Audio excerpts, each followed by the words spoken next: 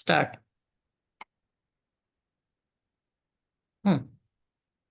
अमरकोशः नाम लिङ्गानुशासनं प्रथमं काण्डम् अथ शब्दवर्गः। अथ न अस्तु, शब्दवर्गम् उक्त्वा तदनन्तरं नूतनवर्गम्।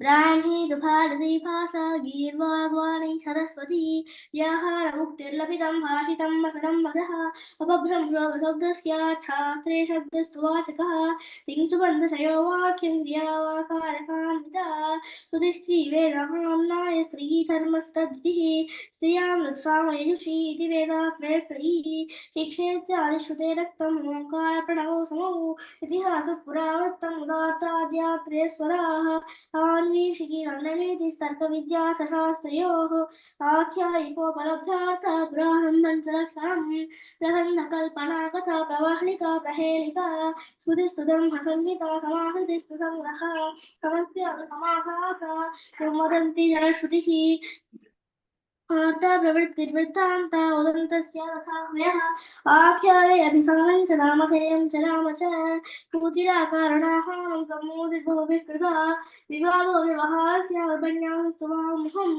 उपोधात उदाहारश्रवणं शब्दः कुमार प्रश्नो नियोगो पृच्छादि वाक्योत्तरे सुमे मिथ्याभियोगोऽभ्याख्यानमनमिथ्याभिडम्बनम् अभिशापप्रणादस्तु शब्दस्यानुरागजः यः कीर्तिसमज्ञास्तवस्त्वात्रं सुतिर्नदिः आम्रेडितं दुस्तिरुक्तमुच्छेद्गुष्टं सुघोषणा यः आवरणाक्षयपणिर्वादपरिवादापवादवत् उपक्रोशो जुगुप्साजुगुप्सानिन्दाचगर्हणे पारश्यमितिवादस्यात् कत्सनं सुभगारगीः रसनिन्दोपारम्भस्तत्र स्यात् परिभाषणम् अत्रिस्यादाक्रोशो किमसर्य तत्र पारुष्यमतिवादः तत्र पुनः वदतु। पारुष्यमतिवादस्यात् भर्त्सनं सुभगारगीः यत्सनिन्दोपालम्बस्तत्र स्यात् परिभाषणम् तत्र त्वाकारणाय स्यादाक्रोशमैथुनं प्रति यादाभाषणालाभप्रलापो नर्सकं वचः अनुलापो मूर्भाषण विराणं परिविलापः परिदेवनं विप्रलापो विरोधोक्तिः संलापो भाषणं सः सुप्रलापसुवचनमपलापस्तु निह्नवः सोद्यमाक्षेपाभियोगो जावाक्रोशो दुरेषणः अस्त्री चारुतरुश्लाघा प्रेम्णामित्याविकटनम् अन्वेषवाचिकं स्यात् वाग्भेदात् त्रिषूतरे रुषति वागकल्याणी स्यात् कल्याति शुभात्मिका आद्यर्थमसुरं शान्तं सङ्गतं हृदयङ्गमं निष्ठुरं बलुषं गाम्यम् अश्लीषं सुनृतं प्रिये सत्येतसङ्कुलक्लिष्टे परस्परपदाहतं युक्तवर्णपतङ्गस्थम् इरस्तं त्वरितोदितम् अम्बूगल्पं घनिष्ठीवम् अम्बूगं घनिष्ठीवमबद्धं स्यादनर्थकम् अनक्षरमवाच्यं स्यादाहतं तु मृषार्थकं सोलुण्ठनं तु सोत्प्रासं मणितं प्रतिपूजितं श्राव्यं हत्यं मनोहारि विस्पष्टं प्रकटोदितम् अथं मृष्टमविस्पष्टं निहतं सुरतं वचः सत्यं सत्यं मृतं संनिगमो इत्येषु तद्वदि शब्देन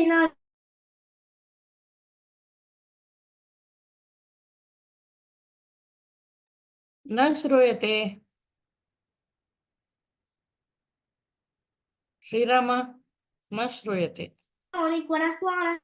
अनमित्यपि वीणायाह्वनिदे पादे प्रध्वानप्रध्वनादयः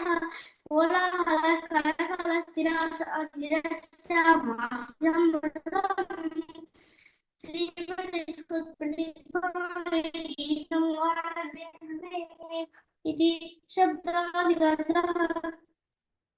एकनिमिषम् आचार्य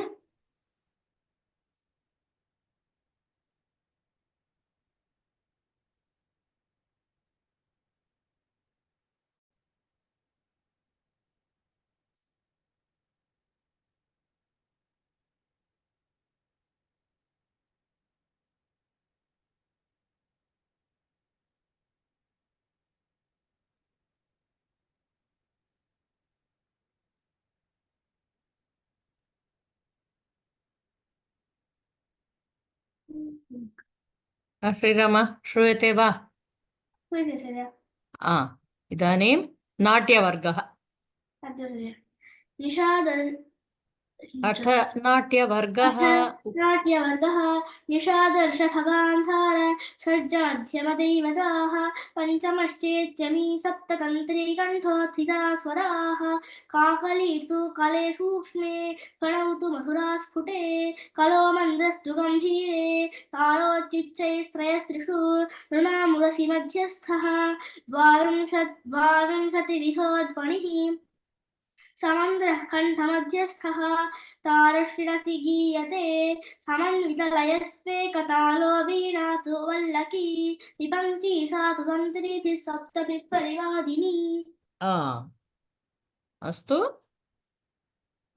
इदानीं कथा अस्ति वा अद्य तथा नास्ति आचार्य कथा नास्ति वा समापयतु सर्वे भवन्तु सुखिनः सर्वे सन्तु निरामयाः सर्वे भद्राणि पश्यन्तु मा कश्चित् दुःखभाग् भवेत् ॐ शान्ति शान्ति शान्ति अस्तु श्वः मेलिष्यामः श्वः